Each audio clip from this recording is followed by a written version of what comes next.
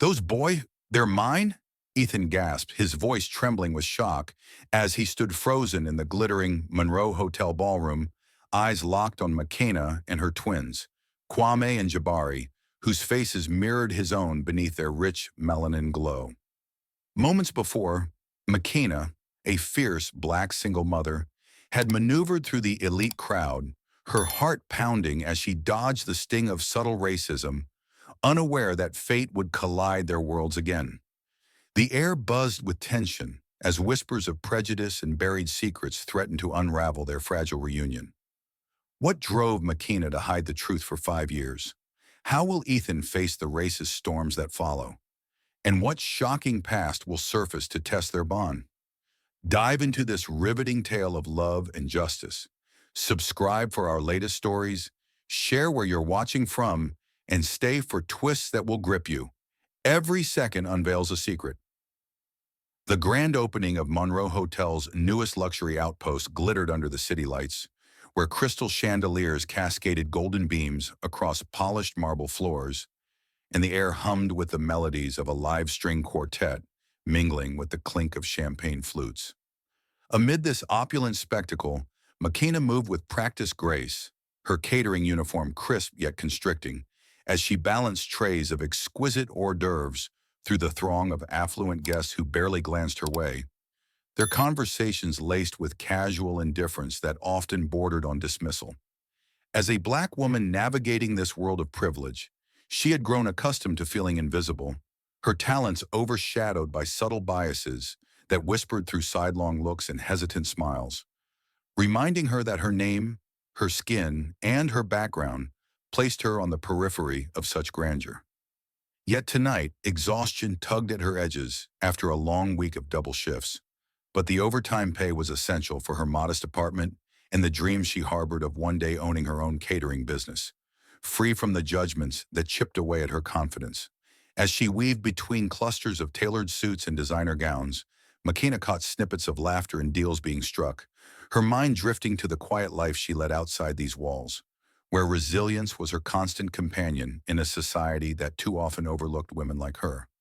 It was in this sea of extravagance that Ethan Monroe, the visionary behind the empire, held court at the center, his sharp features illuminated by flashes from photographers as he exuded the effortless charm of someone born into wealth, yet carrying the subtle weight of isolation that came from years of building walls around his heart.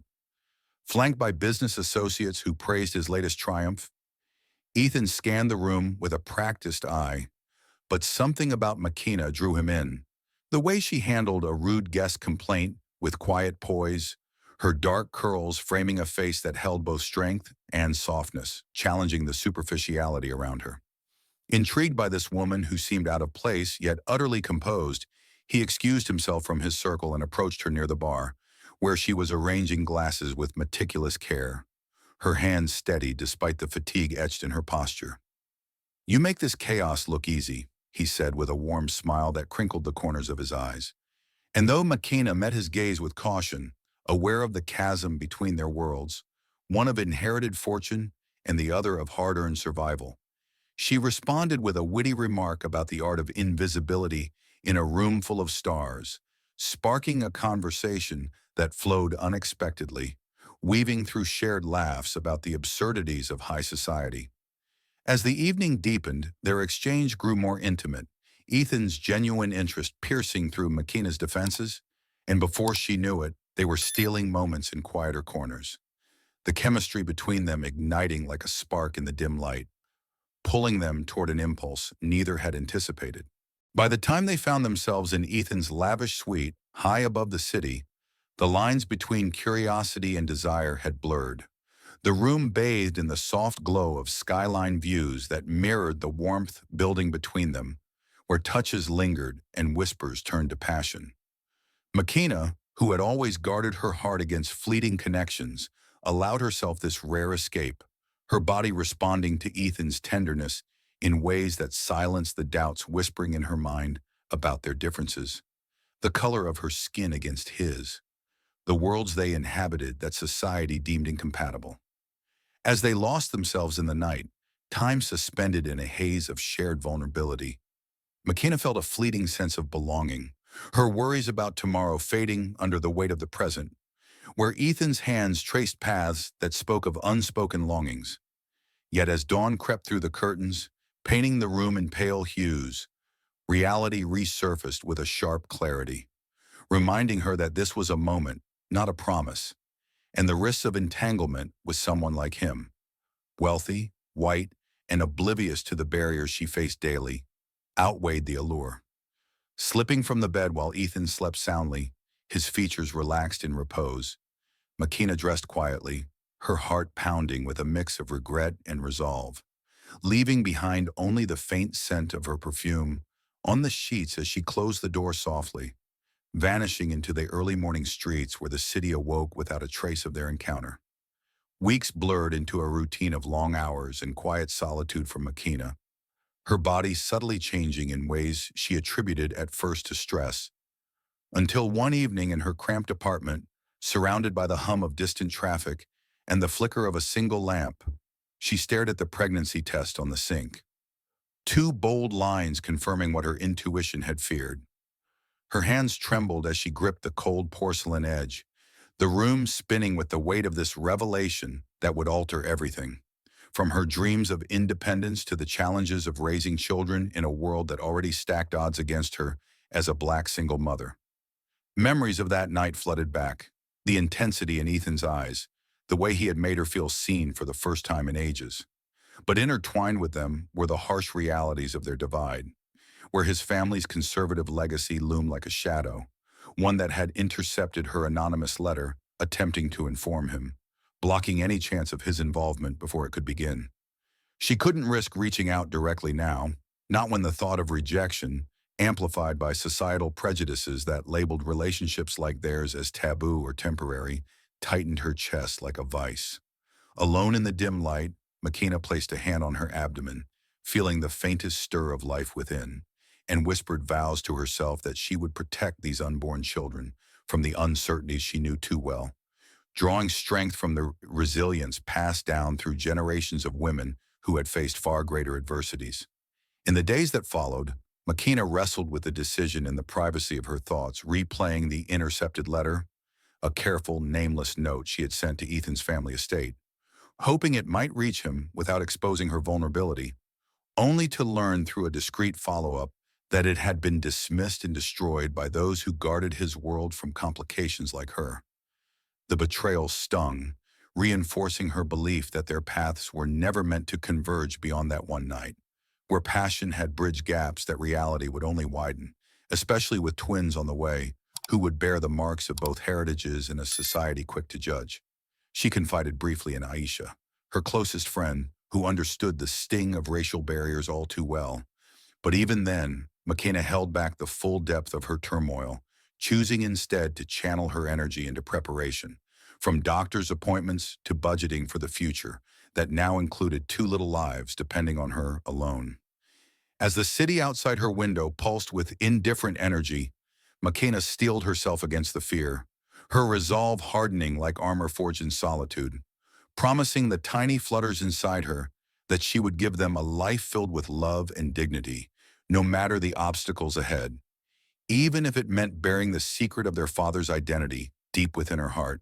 As the months of pregnancy unfolded like a relentless tide, McKenna navigated the swelling discomforts of her body while grappling with the unyielding pressures of her catering job, where supervisors overlooked her for promotions, favoring white colleagues whose names and faces blended seamlessly into the company's polished image, leaving her to swallow the bitterness of inequality that seeped into every shift.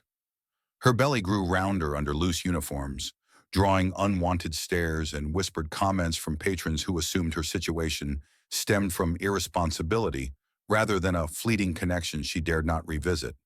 And though fatigue clawed at her limbs, she pushed through double shifts to save for the impending arrivals, her mind a whirlwind of calculations for rent, groceries, and the medical costs that loomed like storm clouds. In the quiet of her apartment, where the walls echoed with solitude, McKenna would rest a hand on her abdomen, feeling the twins' kicks as reminders of the life she was forging alone. Yet the intercepted letter haunted her thoughts, a silent confirmation that Ethan's world had rejected her, before she could even ask for help, fueling a fierce protectiveness that armored her against the vulnerability of reaching out. Aisha, her steadfast friend who shared similar scars from racial slights in their shared community, offered words of encouragement during rare coffee breaks, saying, "You've got this fire in you, McKenna. Don't let them dim it." But even as McKenna nodded, the weight of impending motherhood pressed down, blending fear with a budding resolve that whispered she could endure for the sake of the lives stirring within her. The birth came prematurely one stormy night, when sharp pains tore through McKenna as she collapsed in her kitchen after a grueling shift, rushing to the hospital where doctors whisked her into emergency delivery, the sterile lights blurring her vision as Kwame and Jabari entered the world fragile and small, their cries faint echoes in the neonatal intensive care unit that would become her second home for weeks. Hooked to monitors and incubators, the twins fought for every breath, their tiny bodies a testament to resilience inherited from generations before, while McKenna sat vigil by their sides, her hands aching from the constant pumping of breast milk and the endless paperwork that piled up like accusations of her unpreparedness. Medical bills arrived in relentless waves, each envelope a dagger to her fragile finances, forcing her to negotiate payment plans over the phone while stifling sobs in the hospital corridor, where nurses offered sympathetic glances, but no solutions to the systemic barriers that made healthcare a luxury for women like her. Aisha visited with homemade meals and stories of her own struggles, murmuring, "These boys are fighters, just like their mama," which brought fleeting comfort amid the beeps and whirs of machines. Yet McKenna's nights blurred into days of exhaustion, her body recovering from the ordeal while her mind raced with worries about returning to work too soon, the fear of eviction lurking if she couldn't keep up. Through it all, she drew strength from the twins' gradual progress, their eyes opening to meet hers in moments that ignited a profound love, binding her to them in ways that transcended the isolation she felt in a world quick to judge single black mothers. Returning home with Kwame and Jabari transformed McKenna's modest apartment into a chaotic sanctuary where the air filled with the scents of baby powder and formula, and sleepless nights stretched endlessly as she juggled feedings and colic that seemed to synchronize in unrelenting choruses, leaving her collapsed on the floor in tears alongside their wails. With no family nearby to lean on, her parents long passed and siblings scattered, she relied on sporadic help from Aisha, who babysat during McKenna's shifts. But the demands of multiple jobs pulled her away too often, her body aching from the physical toll of carrying trays while hiding the fatigue that threatened to unravel her composure. Workplace discrimination reared its head more overtly now, as a white customer once refused her service with a sneer, claiming, "I'd prefer someone else. You know how it is," a comment that stung like a slap, reinforcing the barriers she faced in advancing beyond menial roles, where her ideas for menu innovations were dismissed in favor of less qualified peers. Cutting corners became an art form, stretching one pack of diapers across days and skipping meals to ensure the boys had enough. Her budget a tightrope walk that left little room for error. Yet in the midst of this grind, McKenna found pockets of joy in their gummy smiles and grasping fingers, reminders that her sacrifices built a foundation of love unbreakable by external prejudices. As the twins grew from fragile infants to curious toddlers, McKenna's days became a blur of survival strategies, where she navigated daycare waits that favored families with connections, often leaving her to bring the boys to work, hidden in a stroller behind kitchen doors, her boss issuing warnings that echoed the unspoken biases against working mothers of color. Overt racism punctuated her routine, like the time a client at an event demanded a replacement server upon seeing her, muttering about standards that thinly veiled disdain for her appearance, which fueled a burning determination to shield Kwame and Jabari from such venom, teaching them early whispers of self-worth in lullabies sung in the dim light of bedtime. Aisha's support proved invaluable during crises, such as when McKenna fell ill and her friends stepped in with groceries and stories of communal strength, saying, "We're in this together. No one fights alone in our circle." But the isolation gnawed at McKenna's spirit. Her dreams of a catering empire deferred indefinitely as bills mounted and opportunities slipped away. Yet, in rare quiet moments, as she watched the boys sleep with their chests rising in unison, a quiet resolve blossomed within her, transforming exhaustion into fuel for the battles ahead, where her love for them became the anchor holding her steady against the storms of single motherhood in an unforgiving world. Through the haze of endless routines, McKenna clung to small victories that punctuated her hardships, like the day Kwame first rolled over, or Jabari's infectious giggle that lit up the room, these milestones serving as beacons amid the financial strain that forced her to pawn heirlooms and negotiate with landlords who eyed her with suspicion. The weight of secrecy about their father lingered like a shadow, occasionally surfacing in quiet reflections, where she wondered if Ethan's ignorance was a mercy or a curse. But she pushed it down, focusing instead on the immediate fights against discrimination that manifested in denied loans or judgmental stares at the grocery store, where cashiers questioned her EBT card with arched brows. Aisha's pep talks during late-night calls reminded her of shared histories, urging, "Your strength is their legacy. Don't let the world break it," which bolstered Makina's spirit as she balanced the boys on her hips while prepping for shifts, her body a vessel of endurance shaped by necessity. In the end, these trials forged an unbreakable bond with her sons, their innocent dependence igniting a fire within her that promised no obstacle, be it racism, poverty, or solitude, would dim the light she held for their future, even as the days blurred into a tapestry of survival, woven with threads of unyielding hope. 5 years had woven a tapestry of resilience and quiet triumphs into Makina's life, where the echoes of that fateful night lingered like distant thunder. But now she stood once more in the shimmering halls of Monroe Hotel during another lavish event, her catering uniform of familiar armor as she maneuvered through the crowd with trays balanced precariously, her head bowed to avoid the flirtatious glances and occasional dismissive remarks that reminded her of the invisible barriers she navigated daily.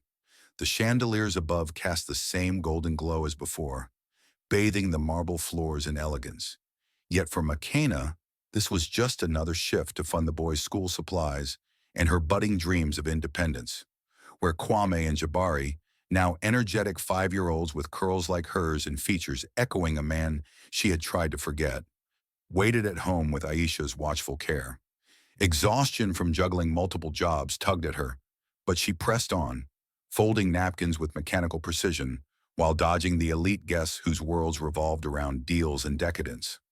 Worlds that had once tempted her into a moment of vulnerability she now guarded fiercely against.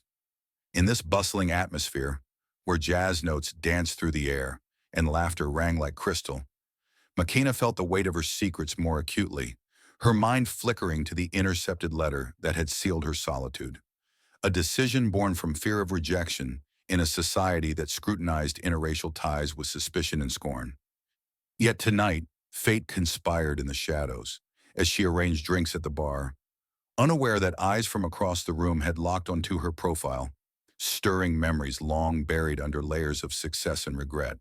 At the heart of the festivities, Ethan Monroe commanded the space with the same magnetic presence that had built his empire, flanked by investors and admirers who toasted his latest expansion, his tailored suit accentuating the confidence honed from years of triumphs, though beneath it lay a subtle emptiness that no acquisition could fill. As he greeted guests with firm handshakes and polished smiles, his gaze wandered the room, seeking distraction from the monotony of accolades, until it landed on a familiar figure by the bar, her movements graceful yet guarded, evoking a rush of recollection from that one night 5 years ago, when passion had bridged their disparate lives. Something about her, the curve of her shoulders, the way she tucked a stray curl behind her ear, ignited a spark of recognition, pulling him from his conversation with a murmured excuse as he crossed the ballroom in purposeful strides, the crowd parting like waves before him. His heart quickened with an inexplicable pull, memories surfacing of laughter shared in quiet corners, and the warmth that had vanished at dawn, leaving him to wonder about the woman who had slipped away without a word, a fleeting connection he had dismissed as just another indulgence in his privileged existence. Approaching her now, Ethan felt a mix of curiosity and unease, his voice low as he said, "Excuse me, have we met before? You seem..." Familiar. And McKenna, turning to face him, felt her stomach twist in knots, the years collapsing in an instant as their eyes met, bridging the chasm of time with unspoken questions. McKenna straightened her posture, masking the panic rising within her like a tide, her hands steadying the tray as she met Ethan's gaze. The man whose features she saw echoed in her son's faces every day, yet whom she had resolved to keep at a distance to protect the fragile stability she had built. The room's hum faded into a distant buzz, the jazz band's melody underscoring the tension as she replied coolly, "Mr. Monroe, it's been a long time," her voice laced with professionalism that belied the storm of emotions churning inside, where fear of disruption clashed with a reluctant acknowledgement of the chemistry that still simmered beneath the surface. Ethan blinked, the pieces falling into place as he studied her features more closely. The softness he remembered now etched with lines of determination and weariness from years of single-handed battles. And he stepped closer, lowering his voice to avoid drawing attention from nearby guests who milled about with champagne in hand. "McKenna?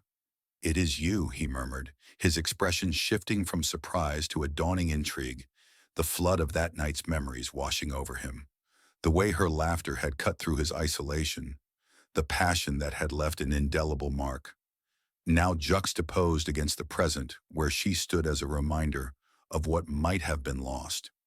She nodded subtly, her eyes darting to ensure no one overheard, the weight of her secret pressing heavier now that he was here, flesh and blood, threatening to unravel the life she had painstakingly woven without him. As their exchange hung in fragile balance, Ethan's attention drifted beyond McKenna to the corner where Kwame and Jabari sat quietly on a bench, tucked away from the main fray with coloring books and toys. Their innocent play a stark contrast to the opulence surrounding them. Yet their faces, curly hair framing eyes that mirrored his own, skin a beautiful blend of heritages, struck him like a thunderbolt, freezing him in place. The resemblance was uncanny, from the shape of their noses to the dimples that appeared when Jabari giggled at Kwame's drawing, features that whispered of a connection he had never known, igniting a whirlwind of questions in his mind as the pieces of a puzzle he didn't realize existed began to snap together.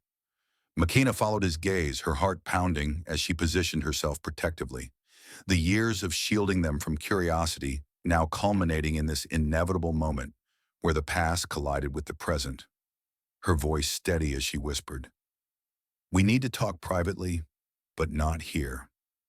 Ethan's eyes widened, the shock etching lines across his forehead as he glanced back at the boys, their playful energy oblivious to the seismic shift unfolding, and he nodded, excusing himself from a nearby associate with a forced smile that masked the turmoil brewing within him. The ballroom's elegance suddenly felt suffocating, the golden lights casting long shadows that mirrored the regret surfacing in his chest, where the joy of potential discovery mingled with the sting of years lost to ignorance. McKenna led the way to a quieter alcove off the main hall, her steps measured to conceal the tremor in her legs, the weight of confirmation hanging between them like an unspoken accusation as Ethan followed, his mind racing through the implications of what he had just seen, the twins' likeness to him undeniable despite the rich melanin that spoke of McKenna's lineage. Once secluded, she turned to face him, her arms crossed defensively as she drew a deep breath, the air thick with tension that crackled like electricity, and she said firmly, "Yes, Kwame and Jabari are yours. That night 5 years ago changed everything for me." Ethan's face paled, the words hitting him like a wave, his hand rising to rub his temple as regret flooded him. Memories of the intercepted letter unknown to him, but now manifesting in the form of two boys he had fathered unwittingly, their existence a testament to a bond he had let slip away. He stepped forward, his voice cracking with disbelief as he replied, "I had no idea. Why didn't you tell me?" But McKenna held her ground, her eyes flashing with the pain of past rejections, explaining the anonymous attempt thwarted by his family's prejudices, the decision to raise them alone born from fear of further heartbreak in a world that often viewed her as lesser. The alcove's dim lighting cast their shadows long, symbolizing the gulf between them. Yet in Ethan's eyes flickered a spark of determination, the shock giving way to a profound sense of loss, and a budding resolve to bridge what had been severed. Even as Makina braced for the confrontation she had long anticipated, her heart a fortress guarding the family she had built without him. As the conversation deepened in the secluded space, Ethan's mind swirled with a torrent of emotions. Guilt for the years he had lived obliviously while she bore the burdens alone. Wonder at the boys who carried his blood yet embodied her strength, and a quiet ache for the connection that might have been nurtured if not for the barriers of class and race that had intercepted their paths. He glanced toward the ballroom where the event continued unaware, his voice softening as he said, "I need to know them. Please give me a chance to make this right." But Makina's response was measured, her wariness a shield forged from hardships he could scarcely imagine, reminding him that trust was earned, not demanded, in the face of a society that had already judged her harshly. The jazz music filtered faintly through the walls, a melodic underscore to their tense exchange, where Ethan's polished world clashed with Makina's hard-won reality. Yet in that moment, the seeds of reunion were planted, fragile and uncertain. As he processed the shock with a humility he rarely showed, his heart opening to the possibility of redemption amidst the regret that now defined him. In the days following their tense reunion, Ethan found himself drawn inexorably to the modest daycare where Kwame and Jabari spent their afternoons. A colorful haven tucked in a community center that buzzed with children's laughter and the scent of crayons and snacks, where he arrived one crisp morning with a tentative smile and a bag of simple toys, offering to volunteer as a way to bridge the years he had missed. The director, a kind woman who sensed his sincerity despite the whispers of curiosity from staff about a millionaire in their midst, assigned him to storytime sessions, where Ethan sat cross-legged on the rug, his tailored shirt slightly rumpled as he read tales of adventure and equality to wide-eyed toddlers, his voice softening when Kwame and Jabari gravitated toward him, their small hands reaching for the books with innocent trust that pierced his guarded heart. As he taught them basic games like stacking blocks into towers that symbolized building bridges across differences, Ethan felt the weight of his ignorance lifting slightly, replaced by a profound ache for the fatherhood he had unknowingly forfeited.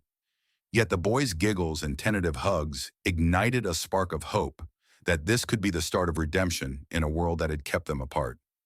Makina, informed of his visits through daily reports, watched from afar during pickups, her arms crossed as she observed the ease with which her sons warmed to him, a mix of resentment and reluctant curiosity stirring within her, where the barrier she had erected over 5 years now cracked under the pressure of seeing Kwame mimic Ethan's gestures. The daycare's playground became a stage for these initial connections, where Ethan pushed Jabari on the swings while sharing stories of unity from his own travels, emphasizing that strength came from embracing diversity, lessons that resonated with the boys but left Makina pondering the authenticity of his efforts amid her hard-won independence. Yet as Ethan's presence became a regular fixture, the ripples extended beyond the daycare walls into the neighborhood, where curious neighbors gathered in hushed clusters on stoops and sidewalks, their whispers carrying discriminatory undertones about a white tycoon meddling in the lives of mixed-race children, questioning his motives with sneers that echoed societal prejudices against interracial families. One afternoon, as Ethan walked the boys to Makina's car after a session, an elderly resident muttered loudly enough to be heard, "What's a man like him doing with kids like them? Doesn't mix well in these parts." A comment that sliced through the air like a blade, heightening the tension and forcing Ethan to clench his jaw while shielding the twins with a protective arm, his mind flashing to the privileges he had taken for granted. These overt remarks amplified the subtle biases Makina had long endured, from sidelong glances at the grocery store to assumptions about her single motherhood, now compounded by Ethan's involvement that drew unwanted scrutiny, making her question if his integration would bring more harm than healing to the fragile equilibrium she had established. Despite the external noise, Ethan persisted, arriving with educational toys that taught about cultural harmony, his interactions with the boys growing more natural as Kwame challenged him to races across the grass, their laughter a balm against the growing storm of gossip that threatened to undermine his nascent role. Makina, overhearing the neighbors' barbs during her own errands, felt a surge of protectiveness that bordered on anger, her internal conflict deepening as she weighed the benefits of the boys knowing their father against the risks of exposing them to the racism that simmered just beneath the surface of their community. Complicating these early steps was the sudden reappearance of Victoria, Ethan's ex-lover from his circles of wealth and influence, who materialized at a high society gathering Ethan attended shortly after the reunion. Her elegant dress and sharp eyes masking a jealousy that ignited upon hearing rumors of his newfound family, prompting her to delve into social media with calculated malice. With a few taps on her phone amid the clinking glasses and forced pleasantries, Victoria began spreading insidious posts accusing McKenna of entrapment for financial gain, framing her as a manipulative opportunist who had hidden the twins to extort a billionaire. The lies amplified by anonymous accounts that twisted the interracial dynamic into scandalous fodder for online trolls. Ethan, alerted by a business associate who forwarded the posts, felt a blaze of fury at the distortion of his emerging bond with the boys, confronting Victoria in a private call where she hissed, "She's not from our world. You're throwing everything away for a fling and her mixed kids," her words laced with the prejudice that had always lurked in their shared elite circles. This digital assault added layers of conflict to Ethan's integration as he deleted the posts where he could and vowed to shield McKenna from the fallout. But the damage seeped into real life, with daycare parents exchanging wary glances that echoed the online vitriol, testing his commitment in ways he hadn't anticipated.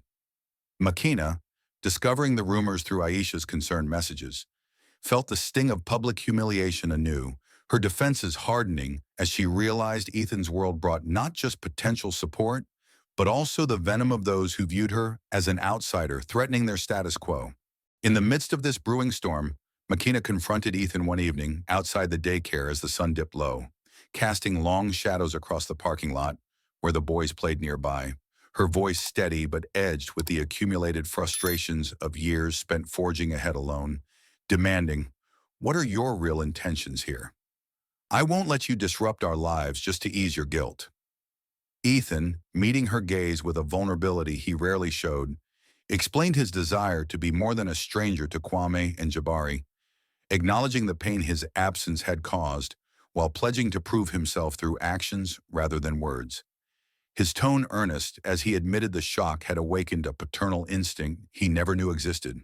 Their exchange crackled with tension, McKenna's barriers high from the racial hardships that had shaped her independence, from denied opportunities to the daily microaggressions that chipped at her spirit. Yet Ethan's sincerity chipped away at her resolve, leaving her torn between protection and the possibility of shared parenting. As the conversation waned, with the boys' laughter punctuating the air, McKenna warned him of the challenges ahead, her heart a battlefield where fear clashed with a glimmer of hope that this man, once a fleeting memory, might truly step up. The confrontation lingered in the twilight, a pivotal moment where Ethan's determination met McKenna's guarded trust, setting the stage for deeper entanglements amid the external pressures that sought to pull them apart. Gradually, the twins began to sense Ethan's growing role, their innocent observations piercing the veil of secrecy as Kwame one day presented a crayon drawing during pickup, a colorful family portrait that included a tall figure labeled Mr. Ethan standing beside McKenna and Jabari, the image evoking a rush of emotions in her that she struggled to contain. Jabari, quieter but equally perceptive, tugged at Ethan's sleeve during a game, asking why he visited so often, his wide eyes reflecting a curiosity that mirrored Kwame's budding attachment. Where the boy's natural warmth toward him stirred McKenna's internal turmoil, forcing her to confront the void she had filled alone, now threatened by this unexpected intrusion. Ethan's face lit up at the drawing, his voice thick with emotion as he thanked Kwame and promised more stories next time.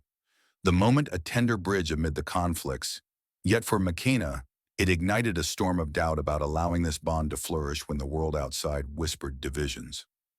As she drove home that evening, the drawing clutched in her hand, McKenna's mind raced with conflicting thoughts. The joy in her son's eyes clashing with the fears of disruption from Ethan's privileged life and the racism that shadowed their every step. Her resolve tested in ways that deepened the complexity of their unfolding story. The neighborhood lights flickered on, illuminating the path ahead, where Ethan's integration promised both healing and heartache, leaving McKenna to navigate the delicate balance between her protective instincts and the pull of what could be a complete family. As the fragile threads of trust began to weave between Ethan and McKenna, a sudden storm erupted when her interracial connection with him leaked into the public eye through Victoria's malicious whispers on social media, leading to her boss summoning her into a sterile office where the air hung heavy with unspoken biases. And he delivered the blow with cold precision, stating that she no longer fit the company's professional image, a euphemism that masked the racism fueling her abrupt termination. McKenna stood there, her fists clenched at her sides as the words echoed like a slap. The years of overlooked promotions and subtle slights culminating in this overt injustice that stripped her of her livelihood just as she had started to glimpse stability for Kwame and Jabari, forcing her to swallow the rage bubbling within while calculating the immediate fallout on bills and childcare. Aisha, upon hearing the news over a frantic phone call as McKenna paced her apartment with the boys napping nearby, rallied with fierce solidarity, declaring, "This isn't just about you, it's the system we've always fought." And together they began gathering evidence, from emails documenting unequal treatment to witness statements from colleagues who had seen the favoritism toward white staff, building a case for a lawsuit against the company for racial discrimination. Ethan's offer to testify came swiftly in a tense meeting at a neutral coffee shop, where he admitted his family's opposition loomed like a dark cloud, their conservative views clashing with his growing commitment. Yet he insisted on standing by her side, his voice firm as he said, "I won't let them silence this. It's time I confronted my own privileges," a pledge that stirred mixed emotions in McKenna, blending gratitude with skepticism about his ability to withstand the backlash. The legal battle ignited a fire in her, transforming humiliation into determination as she pored over documents late into the night, the twins' soft breathing a reminder of why she fought, even as the process drained her emotionally and financially in a world that stacked the deck against Black women seeking justice. Yet as the lawsuit gained momentum with Aisha's relentless support in collecting affidavits and timelines of discriminatory incidents, Victoria escalated her vendetta by hiring a shadowy private investigator to shadow McKenna's daily routines, capturing surreptitious photos of her with Ethan and the twins at the park or daycare. Images twisted into a scandalous narrative that questioned the boy's paternity and painted McKenna as a schemer, exploiting a wealthy man for gain. The photos surfaced anonymously online, fueling a barrage of hateful comments that flooded McKenna's social feeds, where trolls dissected her life with racist vitriol, accusing her of trapping Ethan across racial lines. A digital onslaught that left her reeling in the quiet of her home as she scrolled through the poison while holding back tears to avoid waking the boys. Ethan, alerted by a viral post that tagged him directly, confronted the breach in a heated exchange with his tech-savvy assistant, who traced the source back to Victoria's IP, his anger boiling over as he realized the depth of her jealousy intertwined with prejudice, prompting him to warn her in a terse call, "This ends now. You're crossing lines that will destroy you." But the damage had already seeped into their fragile family dynamic, amplifying McKenna's doubts about allowing him closer. The scandal's ripple effects touched even the twins, as playground whispers from other children echoed the online hate. Though McKenna shielded them with stories of strength from their African roots, her heart aching at the injustice that now threatened to engulf the innocence she had protected so fiercely. Through it all, Ethan's resolve hardened, the investigator's intrusion serving as a catalyst for him to delve deeper into his own past complicity in ignoring racial divides, setting the stage for revelations that would test their budding alliance. Amid these mounting pressures, a painful twist emerged when Aisha, during a late-night strategy session over tea in McKenna's kitchen, where the lawsuit papers scattered the table, shared a troubling anecdote from Ethan's youth, a careless racial comment he had made at a college party, overheard by mutual acquaintances and now resurfacing as ammunition against his sincerity, a revelation that hit McKenna like a gut punch, causing her to question if his current efforts were genuine growth or mere atonement for guilt. Ethan's admission came the next day in a park bench conversation as the boys played nearby, his face etched with remorse as he confessed the incident. explaining it as the folly of privilege he had since outgrown through self-reflection and exposure to diverse perspectives. Yet Makina's eyes narrowed with doubt, her voice sharp as she retorted, "Words are easy. How do I know this isn't just another white savior act that fades when it's inconvenient?" The disclosure deepened the chasm of trust. Makina wrestling with the betrayal of learning this flaw after opening her world to him, while Ethan pleaded for time to prove his evolution, the tension palpable in the autumn air that carried the sounds of children's laughter, contrasting their heavy dialogue. This vulnerability exposed the raw edges of their relationship, where Makina's accumulated scars from systemic racism clashed with Ethan's awakening, forcing her to confront whether his past mistakes irrevocably tainted the future she envisioned for her sons, even as the lawsuit loomed as a beacon of potential vindication.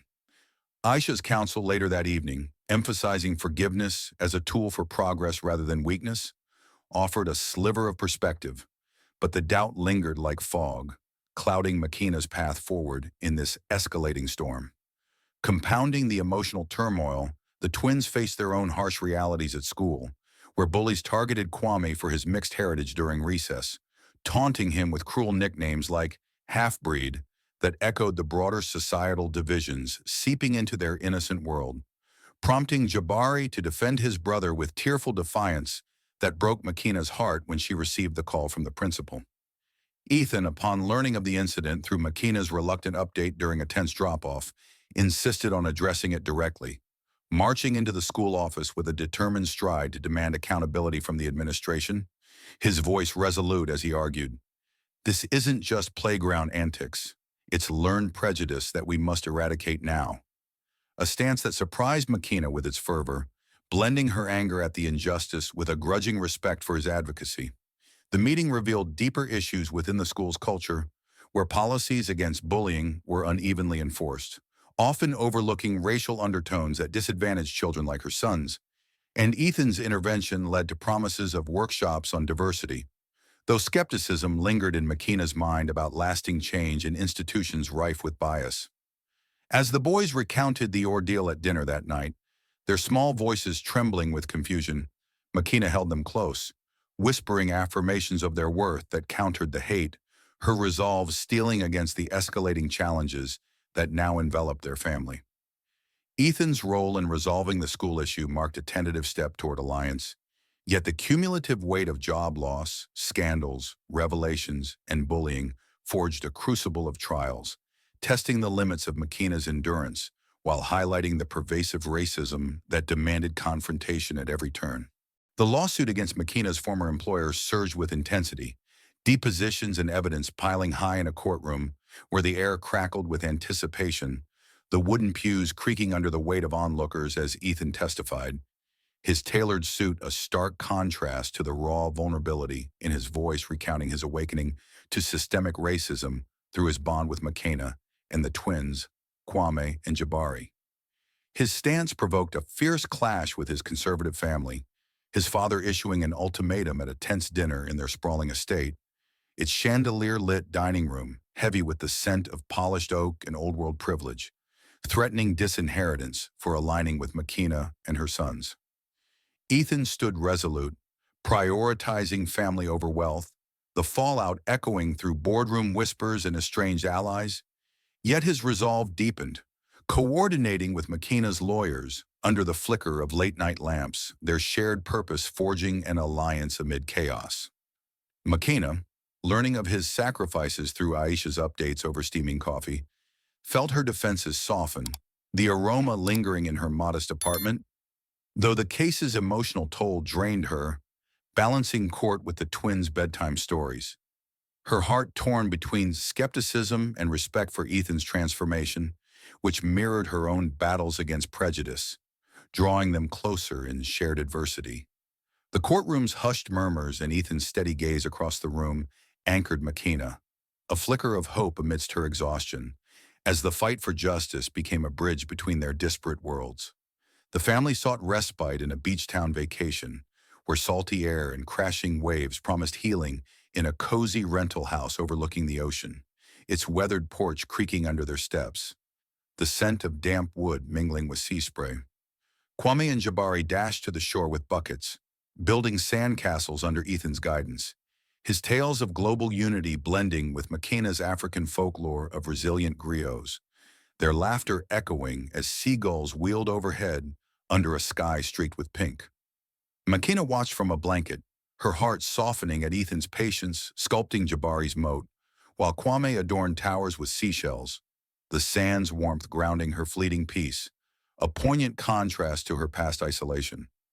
The tranquility shattered when Victoria's leaked video of Ethan's youthful racist remark surfaced online, igniting a firestorm of scrutiny and hateful comments painting Makina as naive for trusting him.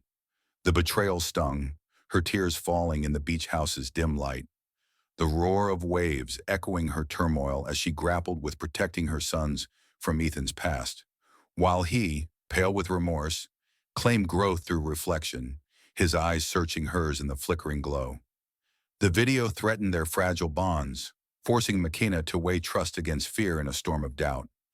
The ocean's rhythm, a somber backdrop to her inner conflict, the porch's creak underscoring her restless pacing. Makina paced the porch under a starlit sky, the cool night air brushing her skin as she wrestled with severing ties to shield Kwame and Jabari or acknowledging Ethan's sacrifices. Her mind a tempest of betrayal and his undeniable growth, the distant crash of waves amplifying her turmoil. Ethan, in the living room's quiet glow, scrolled through hateful backlash, vowing to address it, his heart heavy with the realization his past endangered the family he yearned for, the moonlight casting shadows across his furrowed brow. At breakfast, Kwame's innocent questions about their tension hung heavy, prompting Makina's forced smile as Ethan promised more beach adventures, the summer heat amplifying her struggle between forgiveness and protection.